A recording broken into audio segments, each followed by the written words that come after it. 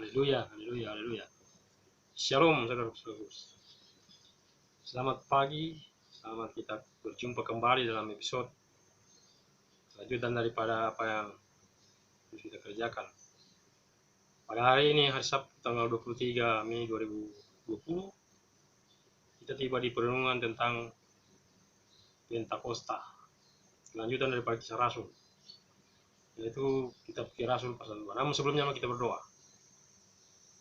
Bapa, di dalam nama Tuhan Yesus Kristus, kami datang mengucap syukur buat pagi hari ini. Hari yang indah yang Tuhan anugerahkan bagi kami, ada kekuatan baru, ada semangat baru, ada berkat-berkat-Mu dicurahkan Tuhan. Berkat kekuatan, berkat kesehatan, berkat perlindungan-Mu yang sempurna menjadi bagian kami. Terima kasih. Kami akan melanjutkan perenungan akan firman-Mu. Kuasai kami dengan Roh-Mu, tutup bungkus kami dengan kuasa saudara-Mu. Tempat ini Engkau pagari dan kemuliaan-Mu, sehingga apa yang kami kerjakan ini sungguh-sungguh boleh menyenangkan hati Engkau dan boleh membangun iman kami, terutama saudara-saudara kami yang menonton. Terpuji dalam Bapa, dalam nama Tuhan Yesus Kristus kami sambut firman. Haleluya, amin. Haleluya. Baiklah saudara, kita akan masuk dalam perenungan hari ini.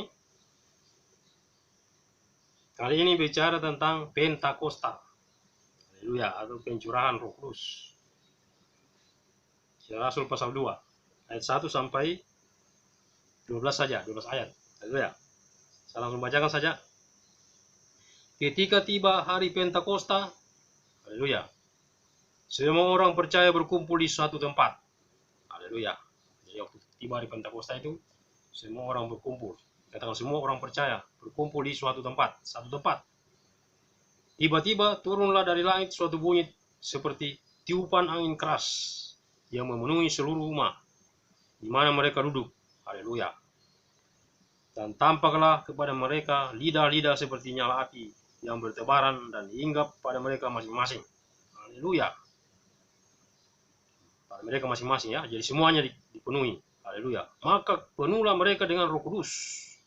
Lalu mereka mulai berkata-kata dalam bahasa-bahasa lain seperti yang diberikan oleh Roh itu kepada mereka untuk mengatakannya. Haleluya. Pada waktu itu di Yerusalem diam orang-orang Yahudi yang saleh dari segala bangsa di bawah kolong langit.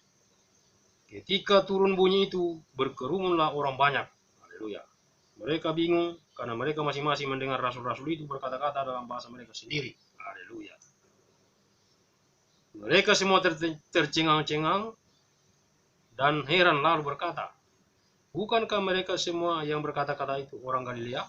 Bagaimana mungkin kita masing-masing mendengar mereka berkata-kata dalam bahasa kita sendiri, yaitu bahasa yang kita pakai di negeri asal kita. Haleluya. Kita orang Partia, Media, Elam, penduduk Mesopotamia, Yudea dan Kapadokia, Pontus dan Asia, Frigia dan Pamfilia, Mesir dan daerah-daerah Libya yang berdekatan dengan Kirene, pendatang-pendatang dari Roma, baik orang Yahudi maupun penganut agama Yahudi, orang Kreta dan orang Arab. Kita mendengar mereka berkata-kata dalam bahasa kita sendiri tentang perbuatan-perbuatan besar yang dilakukan Allah. Haleluya. Mereka semuanya tercengang-cengang dan sangat termangu-mangu sambil berkata seorang kepada yang lain, apakah artinya ini? Tetapi orang lain menyindir mereka sedang mabuk oleh anggur manis. Haleluya. Anggur sukacita. Haleluya. Yang dimasukkan sebenarnya itu anggur sukacita, cuma mereka belum paham. Haleluya. Dahsyat saudaraku. Jadi apa yang terjadi ini di kitab Kisah Rasul ini pada waktu hari Pentakosta. Haleluya. Ini suatu peristiwa yang dahsyat terjadi. Penggenapan janji Tuhan. Sebelum Yesus naik ke surga kan dia sudah menyingkamakan kamu tinggal di Yerusalem sampai pencurahan Roh Kudus. Dan ini sudah terjadi. Dan Roh Kudus itu sudah ada dalam hidup kita sampai hari ini. Itu sudah terjadi. Saya percaya setiap saudara memiliki pengalaman. Haleluya. Saya saksikan sedikit bagaimana pengalaman saya dengan Roh Kudus, saudara. Pada tahun 93 saya dibaptis air, bertobat lahir baru.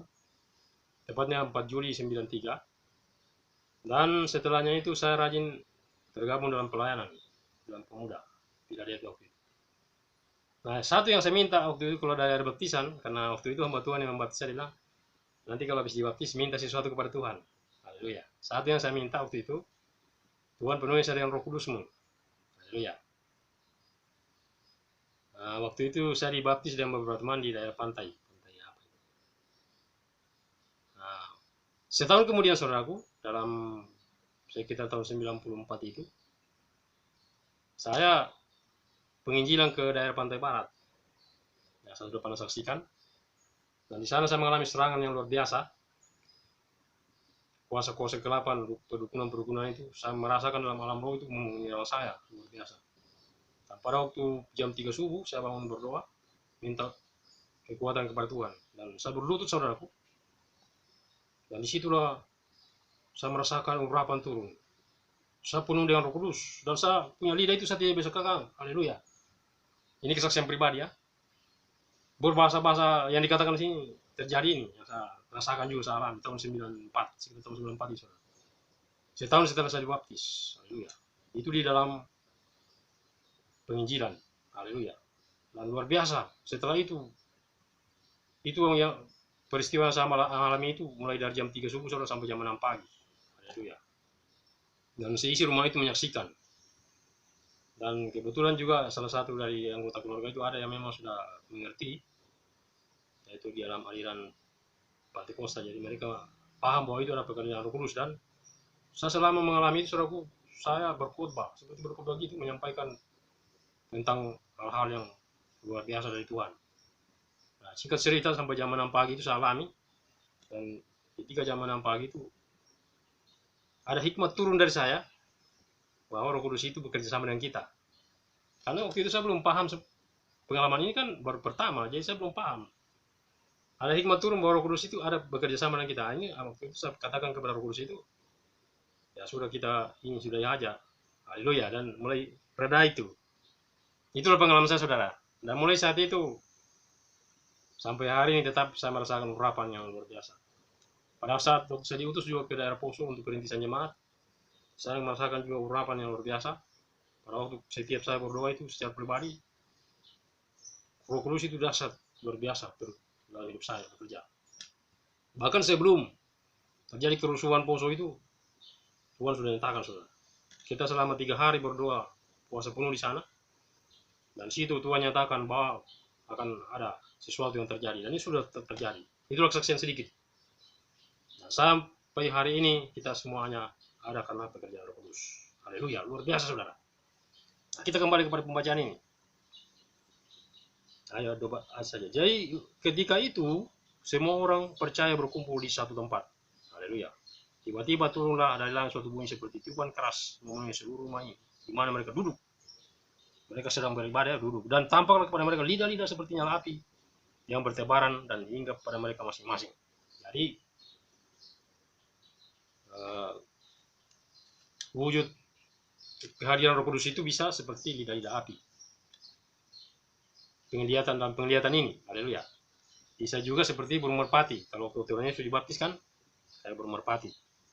Bisa juga seperti lidah. Tapi saya mengerti ini, saudara, saya bisa tangkap dari ini, karena ini kan janji Yesus. Kenapa dia bentuk lidah api? Karena ini adalah power, kuasa, haleluya. Untuk pekabaran Injil selanjutnya, kita tahu memang Roh Kudus sudah ada sebelumnya dalam diri murid. Cuma ini adalah pencurahan lipat ganda, haleluya.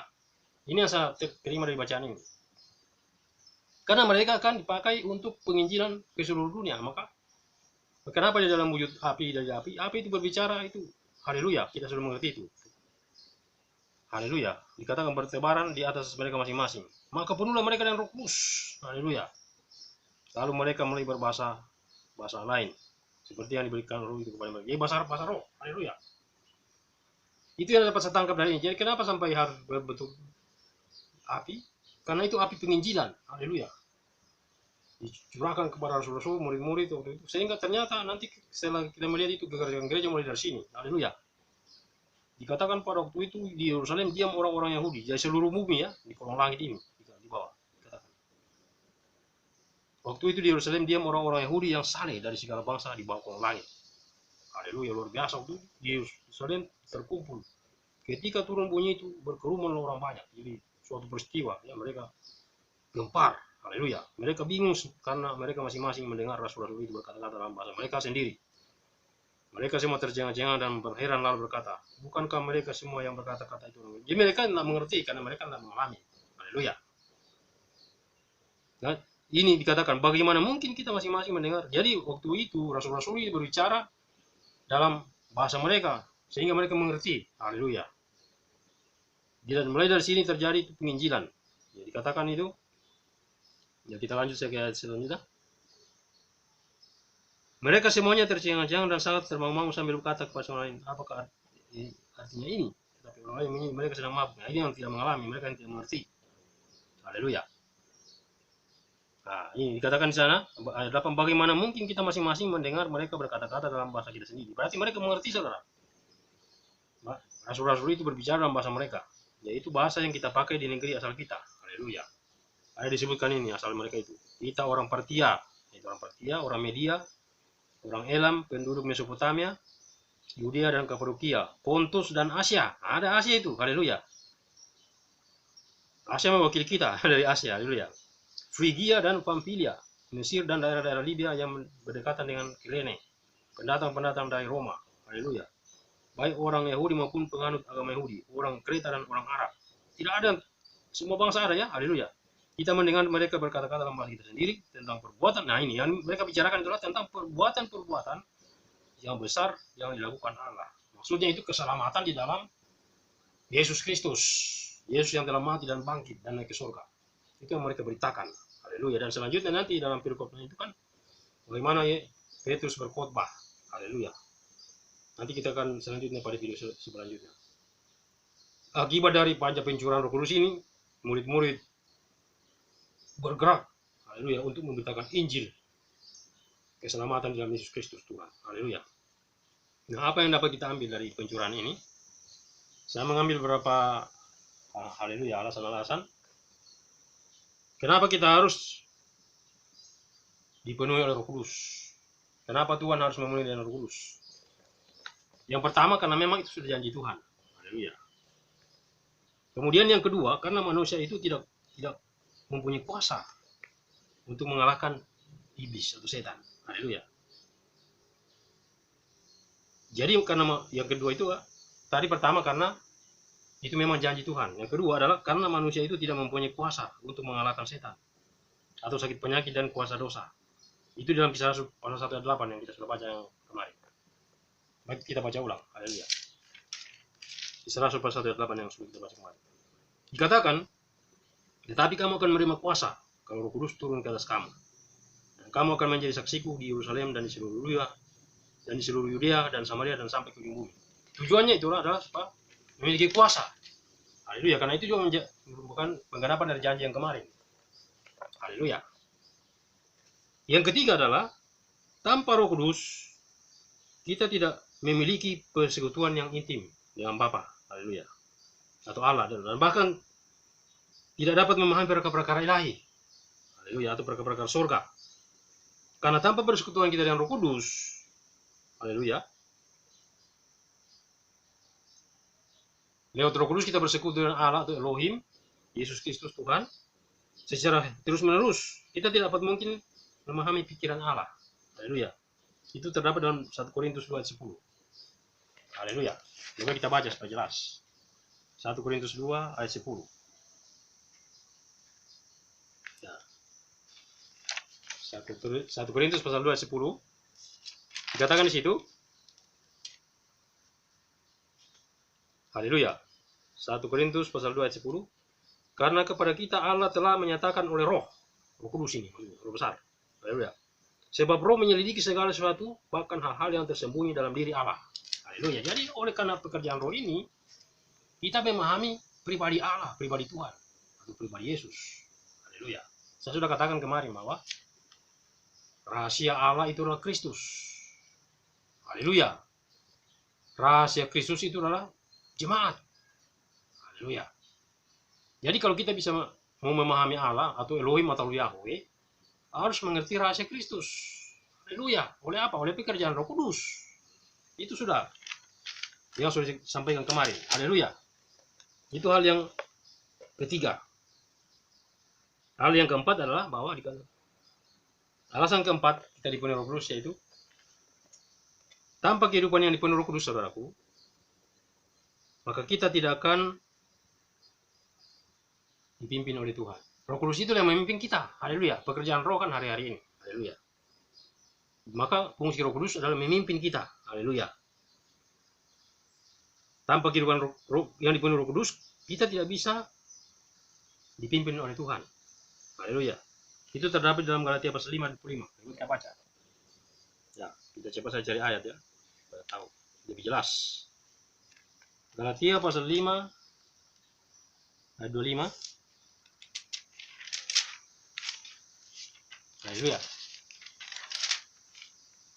Dikatakan di situ, Galatia pasal 5 ayat 25, jikalau kita hidup oleh Roh, haleluya, maksudnya Roh Kudus. Jika kita hidup oleh Roh, baiklah hidup kita juga dipimpin oleh Roh. Jadi tujuannya Roh Kudus itu adalah memimpin kita untuk mengerti, memahami kehendak Tuhan. Haleluya. Kemudian juga di dalam kitab lain, ada di dalam kitab, ya cukup satu itu saja. Ya, haleluya. Jadi tujuannya kita dipenuhi Roh Kudus itu adalah supaya kita dipimpin oleh Roh Kudus. Itu tujuan keempat tadi. Haleluya. Ya, di dalam Roma pasal 8 ayat 14 ada satu ayat lagi kita baca. Roma 8 ayat 14. Roma 8. Haleluya. Ayat 14.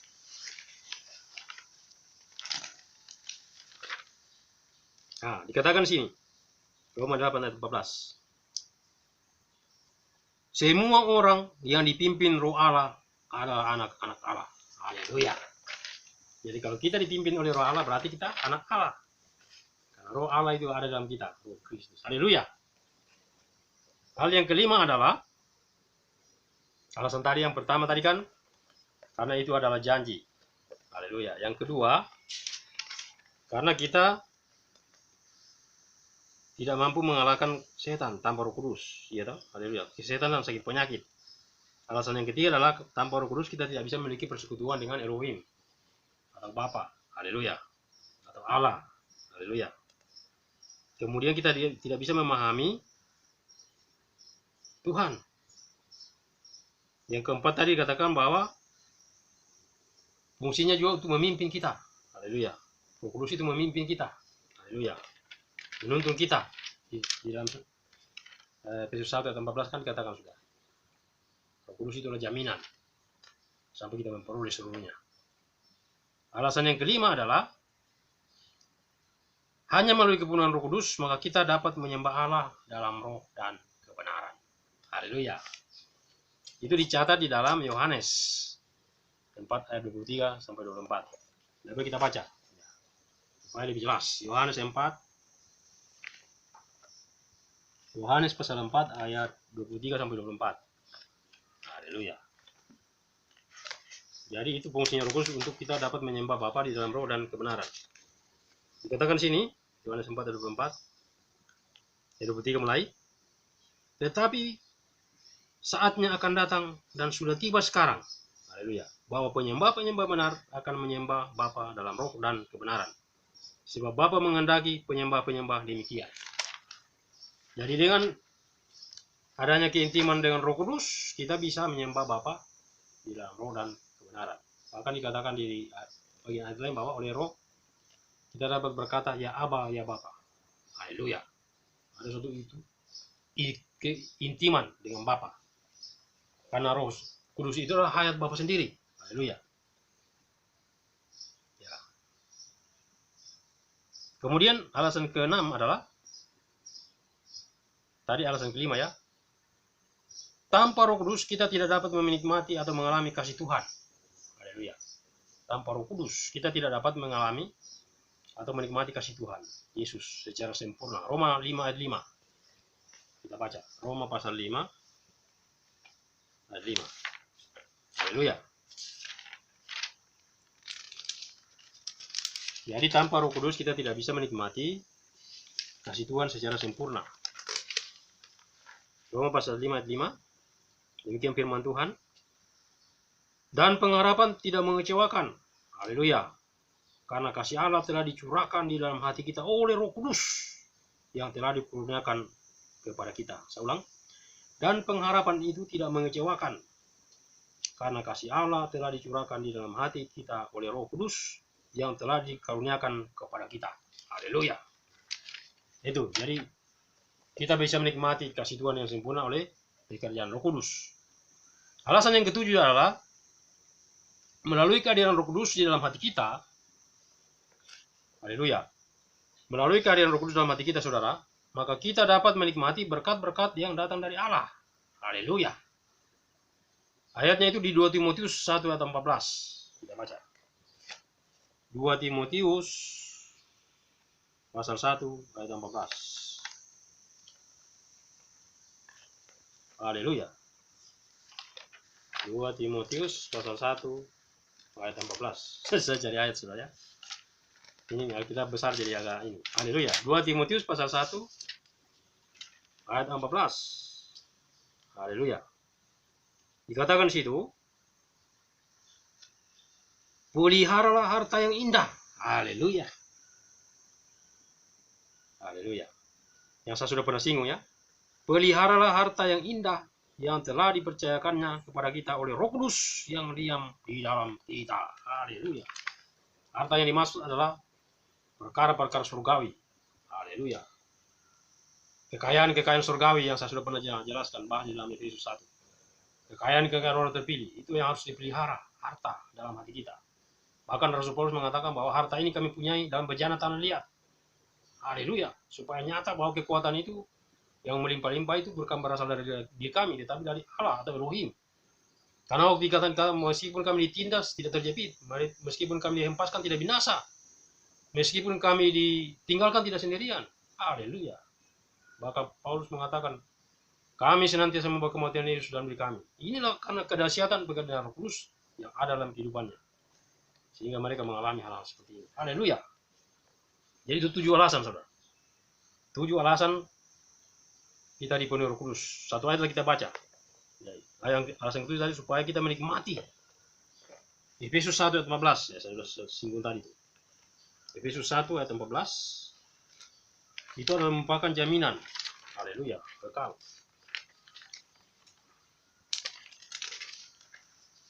Efesus 1 ayat 14. Alasan ketujuh. Kenapa kita harus dipenuhi Roh Kudus? Haleluya. Dikatakan, dan Roh Kudus itu. Haleluya. Dan Roh Kudus itu adalah jaminan bagian kita sampai kita memperoleh seluruhnya. Haleluya. Yaitu penebusan yang menjadikan kita milik Allah untuk memuji kemuliaannya. Haleluya. Menjamin kita. Haleluya. Roh Kudus itu menjamin kita untuk menikmati perkara-perkara Tuhan, perkara ilahi. Ya. Dikatakan sampai kita memperoleh seluruhnya. Haleluya. Dahsyat saudara hari ini. Jadi kita bersyukur untuk pekerjaan Roh Kudus yang sudah kita alami dan nikmati hari-hari ini. Mari kita terus tingkatkan keintiman kita, kepekaan kita dengan Roh Kudus. Sehingga kita semakin mengerti perkara-perkara ilahi dalam kehidupan kita yang Tuhan terus kerjakan hari-hari ini. Khususnya di dalam menghadapi era pandemi COVID-19, virus Corona. Saya percaya Roh Kudus lebih dahsyat. Haleluya. Karena Roh Kudus juga tidak kelihatan. Sama dengan virus Corona juga tidak nampak. Tapi itu sudah ditaklukkan. Haleluya. Oleh kuasa darah Yesus. Bagi orang-orang percaya tidak perlu takut. Tapi kita tetap waspada, menghindari. Haleluya. Saya sungguh sangat percaya bahwa orang-orang kudus terpelihara. Haleluya. Karena itu janji Tuhan. Nah, itulah saudara yang saya bisa bagikan hari ini. Haleluya. Saya ulang sedikit lagi. Jadi alasan kita dipenuhi Roh Kudus yang pertama tadi adalah karena memang itu adalah janji. Tuhan tidak berdusta. Haleluya. Tuhan menggenapi janjinya. Itu alasan yang pertama. Itu sudah disampaikan. Janji Yesus sebelum naik ke surga, kamu akan, dikatakan kamu jangan meninggalkan loteng Yerusalem. Itu sudah jadi Allah tidak pernah berdusta. Yesus tidak pernah berdusta. Dia menepati janjinya. Yang kedua adalah karena Tuhan tahu kita tidak mampu mengalahkan kuasa setan. Haleluya. Atau kuasa dosa atau kuasa penyakit.